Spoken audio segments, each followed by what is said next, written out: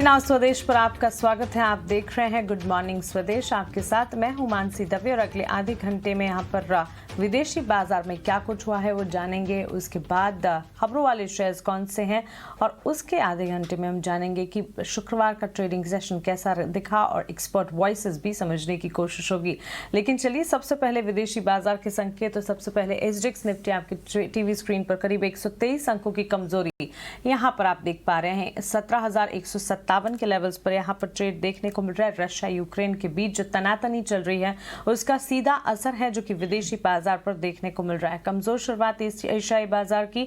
वहीं आप देखेंगे जापान के बाजार निक्केई में भी 250 अंकों की कमजोरी देखने को मिल रही है। और शुक्रवार के ट्रेडिंग सेशन में अमेरिकी बाजार अगर आप देखेंगे तो वहां पर भी क्लियर कट इम्पैक्ट हमने देखा, क्योंकि रशिया यूक्रेन का जो तनाव है उसका एक असर था, जिसके चलते हमने देखा कि अमेरिकी बाजार जो है पूरी तरह से लुढ़कते हुए वहां पर भी दिखे। डाउन में करीब 200 अंकों की कमजोरी हमने देखी है।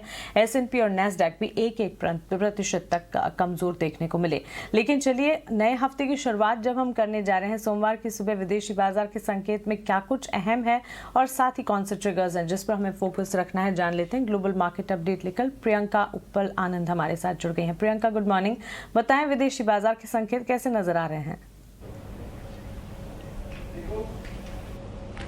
बिल्कुल गुड मॉर्निंग पूजा। देखिए amid all the tension still continues to be there, यानी यूक्रेन की तरफ से चाहे यहाँ पर सीज फायर की बात हो, यूएस की तरफ से ये बात हो कि रशिया की तरफ से ये बात हो, चाहे यूएस की तरफ से बात हो कि रशियन ट्रूप्स अब भी वहाँ हैं, सारी की सारी टॉक्स के बीच में आप देखेंगे शुक्रवार को तनाव अब बरकरार दिखा, जिसके चलते बाजार क्लियरली नीचे की तरफ दिखाई दिया। आपको 200 पॉइंट्स कम से कम आपको डाउ में लगभग वहाँ पर 600 से ज़्यादा अंकों की गिरावट दिखती है। नैस्डैक आपको 200 अंकों से ज़्यादा की गिरावट के साथ बंद होता हुआ दिखाई देता है। लेकिन आप सबसे बड़ी बात जो गौर करें वो ये पूजा कि अब से थोड़ी देर पहले यूएस फ्यूचर्स नीचे थे, लेकिन अब आप यूएस फ्यूचर्स में जिस तरह की रिकवरी देख रहे हैं तो this is telling us a different story. लगभग आपको 125 पॉइंट्स ऊपर दिखाई दे रहे हैं डाउ फ्यूचर्स इस वक्त आप बात करें तो। लेकिन अगर फ्राइडे के संकेतों की बात करें तो वहाँ से आपको यूएस मार्केट से वीक संकेत मिले। एशियन मार्केट्स भी अब से थोड़ी देर पहले निकाय में लगभग 500 अंकों के साथ की गिरावट थी, लेकिन वहां रिकवरी दिख रही है। अब 250 अंक सिर्फ वहां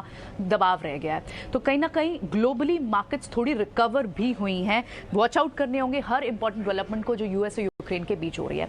चलिए इस बीच देख लेते हैं कि क्रूड की चाल कैसी रही। क्रूड में फिर आप देखेंगे थोड़ी रिकवर, वहां पर भी जो प्रेशर फ्राइडे को माउंट हुआ, वीकेंड पर भी आप जिस तरह की लगातार स्टेटमेंट्स के बीच में देख रहे थे। क्रूड अब फिलहाल $95 के पास पहुंच गया। यूएस डॉलर इंडेक्स आपको उसी स्टेटस के ऊपर दिखेगा, हल्की कुछ बेसिस पॉइंट्स की बढ़त ही है, 96 के पार ही है। बॉन्ड यील्ड यहाँ पर इस वक्त आपको 1.92% देखने को मिल रही है। और सबसे बड़ी एक और चीज कि कंप्लीटली रिस्क ऑफ इन्वायरमेंट, अगर आपको यहाँ इक्विटीज में सेलिंग दिख रही है, आपको गोल्ड बढ़ा हुआ दिखाई दे रहा है, तो आपको क्रिप्टो करेंसी में भी कोई मूवमेंट नहीं दिखाई दे रही। क्रिप्टो करेंसी इनफैक्ट वहां पर एक साइजेबल डाउन साइज देखने को मिला, साइजेबल वहां पर भी डेंट देखने को मिला। लगभग 38,000 के पास अब आपको बिटकॉइन दिखाई दे रहा है। सो अगर इन सब संकेतों को सम अप करा जाए तो यस अमट द जो जियोपॉलिटिकल टेंशन देखना होगा, वॉच आउट करना होगा कि एसजीएक्स निफ्टी अब से कुछ देर में किस तरह के संकेत देता है। लेकिन फिलहाल अगर आप यूएस फ्यूचर्स की बात करें तो वो ऊपर दिखाई दे रहे हैं और आज यूएस मार्केट्स बंद है, तो हमें क्यूज के लिए इंतजार करना होगा दूसरी मार्केट से और plus crude as a big asset class से। ओके प्रियंका, शुक्रिया विदेशी बाजार के संकेत हमें बताने के लिए। तो क्लियरली कच्चे तेल की चाल कहां पर जाती हुई दिखती है और साथ ही एशियाई बाजार के लेवल्स पर ट्रेड कर रहे हैं, इस पर हमें फोकस करना होगा। हमारे पास शुक्रवार के लेवल्स अमेरिकी बाजार के जरूर हैं, लेकिन आज अमेरिकी बाजार जो है वो बंद रहेंगे, जिसके चलते कल क्यूज नहीं मिलते हुए दिखेंगे। चलिए आगे बढ़ते हैं और जान लेते हैं कि कल शुक्रवार के कारोबारी सत्र में संस्थागत निवेशकों ने क्या किया। FIS-DIS का एक्शन देखते हैं। आंकड़े यहाँ पर आपके टीवी स्क्रीन पर आएंगे। कैश मार्केट में FIS की बिकवाली के आंकड़े करीब 2,530 करोड़ की बिकवाली कैश मार्केट में FIS ने की है। 1,929 करोड़ की खरीदारी कैश मार्केट में DIS की तरफ से आती हुई दिखी है।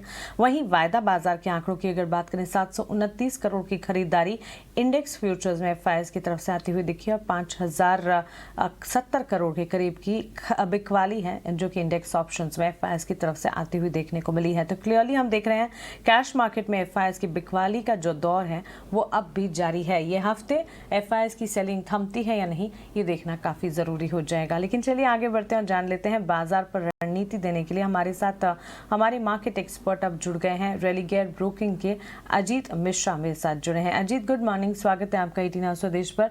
जिस तरह से शुक्रवार के ट्रेडिंग सेशन में बाजार में हमने ट्रेंड देखा, उतार चढ़ाव के बीच ट्रेड बाजार बंद होता हुआ हमने देखा। ऑफ कोर्स कई सारे स्टॉक स्पेसिफिक मूवमेंट्स भी रहे, लेकिन नई शुरुआत जब हम करने जा रहे हैं, क्या लगता है आज के लिए लेवल्स कौन से अहम होंगे? Good morning Mansi. तो देखिए मानसी, लास्ट वीक इनिशियली जो सेशंस थे वो काफी ज्यादा वोलेटाइल थे। उसके बाद हमने देखा कि 3 सेशन में थोड़ी सी स्टेबिलिटी जरूर मार्केट में रही, बट जब तक 17,500 के नीचे हैं तब तक मुझे लगता है कि साइडवेज नेगेटिव बायस बाजार पे हावी रहेगा। तो ये लेवल आप जरूर ध्यान में रखिए। इंट्राडे के हिसाब से अगर बात करें तो 17,350 पहला एक रेजिस्टेंस वो होगा, उसके 17,500। और क्योंकि अभी तक ग्लोबल मार्केट की तरफ से इंडिकेशंस मिक्स्ड हैं, मेरे हिसाब से ज्यादा मेजर डिक्लाइन भी अभी नहीं दिख रहा है। मेरे हिसाब से 16,900 से लेकर 17,100 का जोन है वो काफी इंपॉर्टेंट रहेगा। बैंकिंग के सेशन लास्ट सेशन में थोड़ा सा इम्प्रूवमेंट दिखी थी, वहां पे रिकवरी दिखी थी, बट अगेन उसमें भी रहेगा कि 37,300 का जोन है उसको वो होल्ड करे आज के सेशन में, तब जाके थोड़ा सा स्टेबिलिटी दिखेगी मार्केट में। और इन केस अगर एक बाउंस आता है तो 38,000 से लेकर 38,500 का जोन ये काफी स्ट्रॉन्ग रेजिस्टेंस रहेगा। तो मान के चलिए कि कहीं ना कहीं साइडवेज टू नेगेटिव बाइस के साथ मार्केट ट्रेड हो सकता है आज के सेशन में, और 16,900 17,100 का लेवल होल्ड करना इंपॉर्टेंट होगा। तो 17,100 का लेवल निफ्टी के लिए और 37,000 37,300 बैंक निफ्टी के लिए, इन लेवल्स पर आपको फोकस करना चाहिए, ये राय अजीत की। लेकिन अजीत, साथ ही स्टॉक स्पेसिफिक, सेक्टर स्पेसिफिक आज के लिए फिर रिकमेंडेशन क्या होंगे? बिल्कुल, देखिए यहाँ पे अभी भी कुछ एक सेक्टर्स ऐसे हैं, कुछ एक स्टॉक्स ऐसे हैं जो कि अच्छा कर रहे हैं। उनमें से कोल इंडिया, अगर आप देखेंगे लास्ट ट्रेडिंग सेशन में काफी स्ट्रॉन्ग स्ट्रेंथ दिखा के वॉल्यूम्स के साथ इसने क्लोज दिया। तो यहाँ पे एक्सपेक्टेशंस हैं कि ये मूव एक्सटेंड कर सकता है करीब 176 तक के लेवल्स के लिए। तो यहाँ पे 162 के स्टॉक के साथ आप उसको लॉन्ग जा सकते हैं। और वहीं पे भारत फोर्ज, यहाँ थोड़ा प्रॉफिट टेकिंग और नेगेटिविटी का बायस एक्सटेंड होता हुआ देख सकता है आने वाले दिनों में। तो 665 के टारगेट्स के लिए यहाँ पे आप शॉर्ट इनिशिएट करें 715 के स्टॉप लॉस के साथ। ओके, तो क्लियरली भारत फोर्ज में 665 के टारगेट्स के लिए 715 का स्टॉप लॉस मेंटेन करते हुए एक सेल कॉल इनिशिएट करने की राय है। लेकिन कोल इंडिया में खरीदारी के मौके ढूंढे जा सकते हैं, राय अजीत की तरफ से आती हुई। शुक्रिया अजीत, तमाम जानकारी के लिए, सवालों के जवाब देने के लिए, अपने रिकमेंडेशन स्टॉक स्पेसिफिक हमें से जाने के लिए। चलिए कुछ और ट्रेडिंग कॉल्स हमारे साथ सेंट्रम ब्रोकिंग के नीलेश जैन ने शेयर की है, वो कॉल्स आपके सामने रख देते हैं। यहाँ पर उन्होंने खरीदारी की राय एनएमडीसी पर दी है, खरीदारी के बिकवाली की राय एनएमडीसी पर दी है। बिकवाली यहाँ पर अगर आप करके चल रहे हैं 135 के टारगेट्स को मानकर चले, 147 का यहाँ पर आपको एक स्टॉप लॉस मेंटेन करना होगा। वहीं अब एक और कॉल इनकी तरफ से आती हुई देखने को मिली है। एनएमडीसी के अलावा हमने 0.2% की कमजोरी एनएमडीसी में देखी थी। वरुण बेवरेजेस में खरीदारी के मौके ढूंढे जा सकते हैं। सेंट्रम ब्रोकिंग के नीलेश जैन का मानना है कि अगर खरीदारी करके चलते हैं 1,000 के टारगेट्स को मानकर चले, 925 का आपको यहाँ पर एक स्टॉप लॉस लगाना होगा। तो क्लियरली 2 कॉल्स हैं जो कि बिकवाली की आती हुई देखने को मिली है। यहाँ पर एक अजीत की तरफ से और नीलेश की तरफ से एनएमडीसी पर। वहीं खरीदारी की राय वरुण बेवरेजेस पर नीलेश की तरफ से आती हुई देखने को मिली, और कोल इंडिया पर आप खरीदारी के मौके ढूंढ के चल सकते हैं। भारत फोर्ज पर जो बिकवाली की रणनीति है अजीत की तरफ से आती हुई देखने को मिली है। लेकिन चलिए, ये तो सारे के सारे ट्रेडिंग कॉल्स हुए जो जहां पर इंट्राडे पर्सपेक्टिव के लिहाज से आप एक बार एंट्री लेने के बारे में या फिर शॉर्ट करने के बारे में सोच सकते हैं। लेकिन आज के लिए कौन से शेयर्स हैं जो कि खबरों के दम पर एक्शन में रहेंगे, ये जानने के लिए चलते हैं मेरे सहयोगी शरद के पास। शरद, गुड मॉर्निंग, बताएं खबरों के दम पर कहां एक्शन दिखेगा?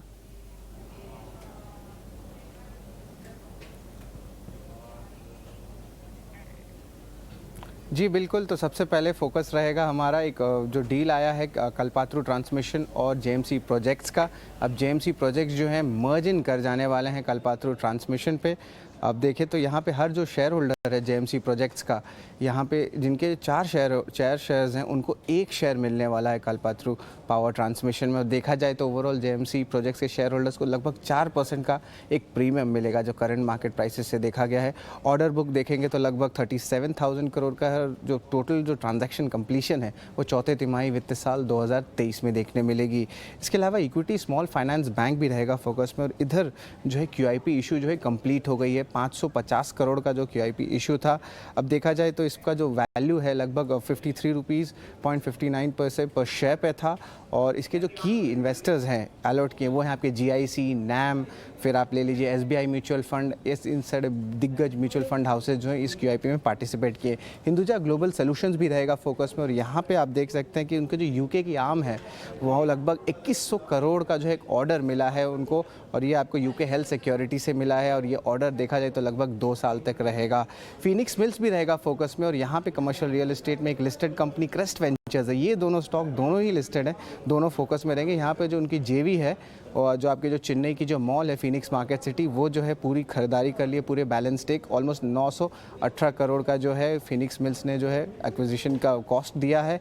ये जो है इंटरनल एक्रूवल्स और कैश से होने वाला है। गोदावरी पावर इस्पात भी रहेगा फोकस में, और यहाँ पे आप देख सकते हैं कि स्टॉक में जो है एक एग्रीमेंट हुआ है जहाँ पे वो जो उनके जो 50 मेगावाट की जो सोलर थर्मल पावर प्लांट है वो लगभग 665 करोड़ में जो है बिकवाली करेंगे। तो ये स्टॉक में पॉजिटिव रिएक्शन देखने मिल सकता है।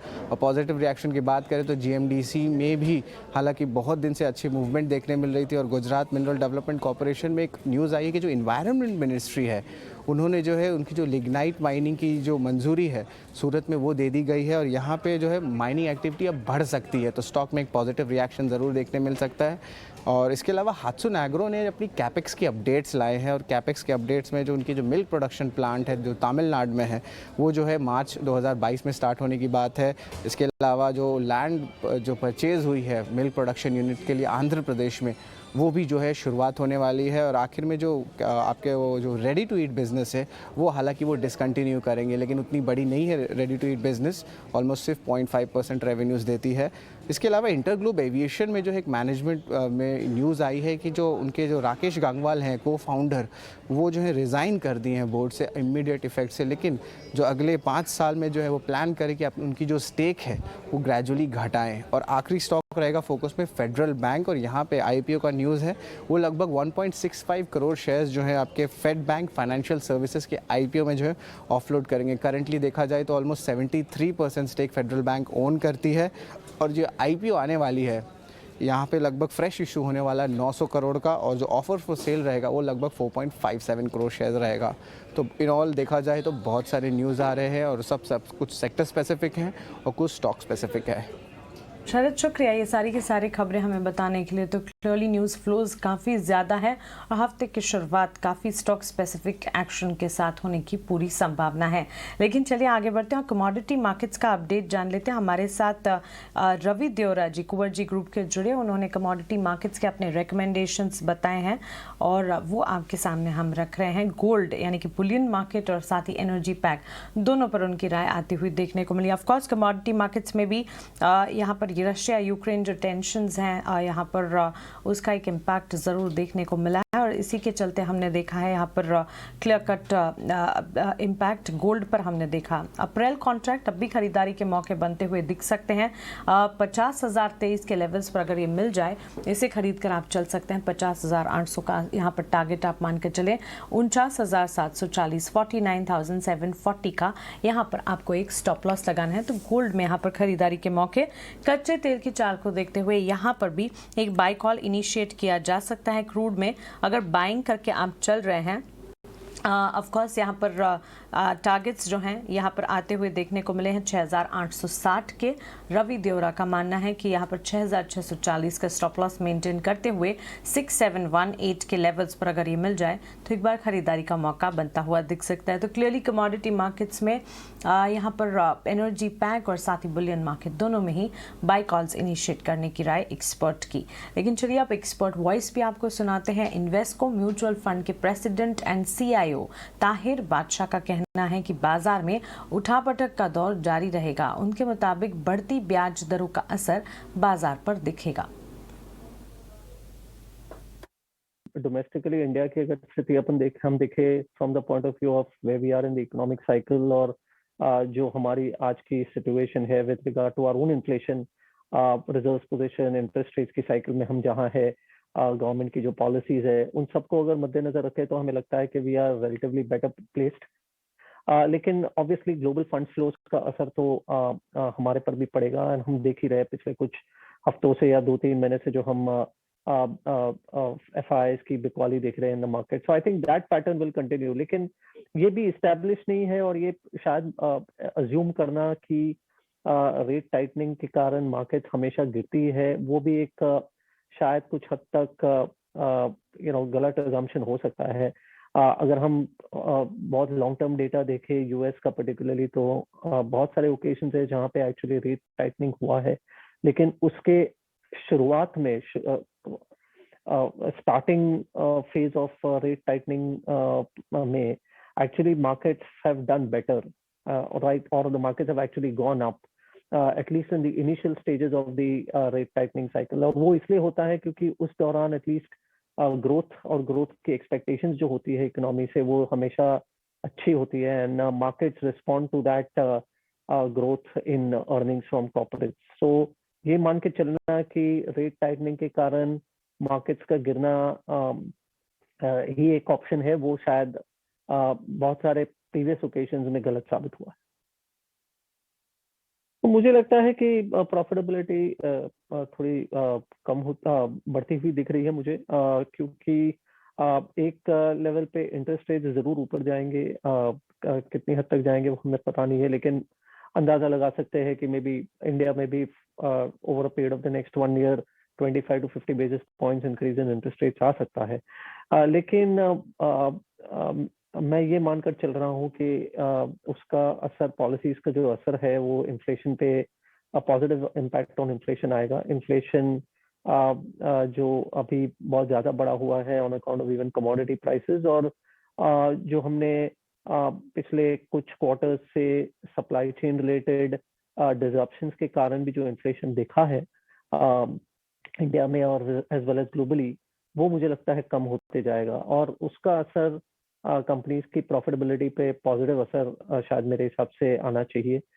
मेरा ये मानना है कि पिछले 1-1.5 साल में जो प्रोड्यूसर्स ऑफ कमोडिटीज थे, जो स्टील का उत्पादन करते हैं, एल्यूमिनियम या कॉपर, और उनके जो प्राइसेस बढ़े हुए थे जिसका असर कंज्यूमिंग कंपनीज को हुआ है. तो मुझे लगता है कि फ्रॉम कंपेयर टू दैट आने वाले दिनों में, आने वाले महीनों में या क्वार्टर्स में जो कंज्यूमर्स ऑफ कमोडिटीज है उनको ज्यादा बेनिफिट होगा.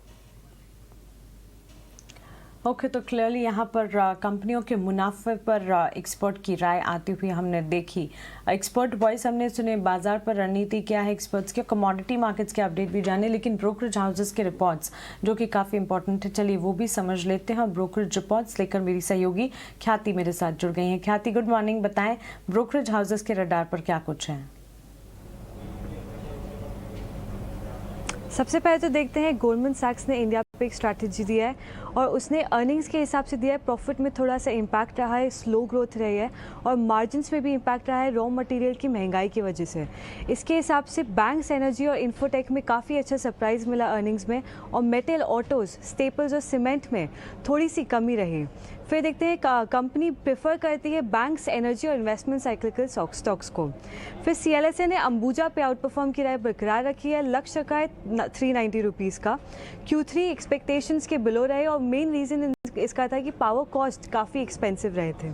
आखिरी में देखते हैं JP मॉर्गन ने 2 व्हीलर्स पे एक रिपोर्ट दिया है, जिसके हिसाब से कहा है कि बजाज ऑटो पे आउट परफॉर्म की राय रखा है. लक्ष्य रखा है 4000 रुपीज़ का. हीरो मोटर कॉर्प में आउट परफॉर्म की राय रखा है. लक्ष्य को बढ़ा के 3100 रुपीज़ किया है. TVS मोटर पे आउट परफॉर्म की राय रखा है. लक्ष्य रखा है 770 रुपीज़ का. ओके ख्याति, शुक्रिया ये सारे के सारे ब्रोकरेज रिपोर्ट्स हमें बताने के लिए. 2 व्हीलर शेयर्स पर खासतौर से JP मॉर्गन की रिपोर्ट्स आती हुई दिखी हैं, तो 2 व्हीलर शेयर्स जो हैं वो भी आज के लिए फोकस में रहेंगे, और ये तमाम ब्रोकरेजेस में जो भी अपडेट्स होंगे हम आप तक पहुंच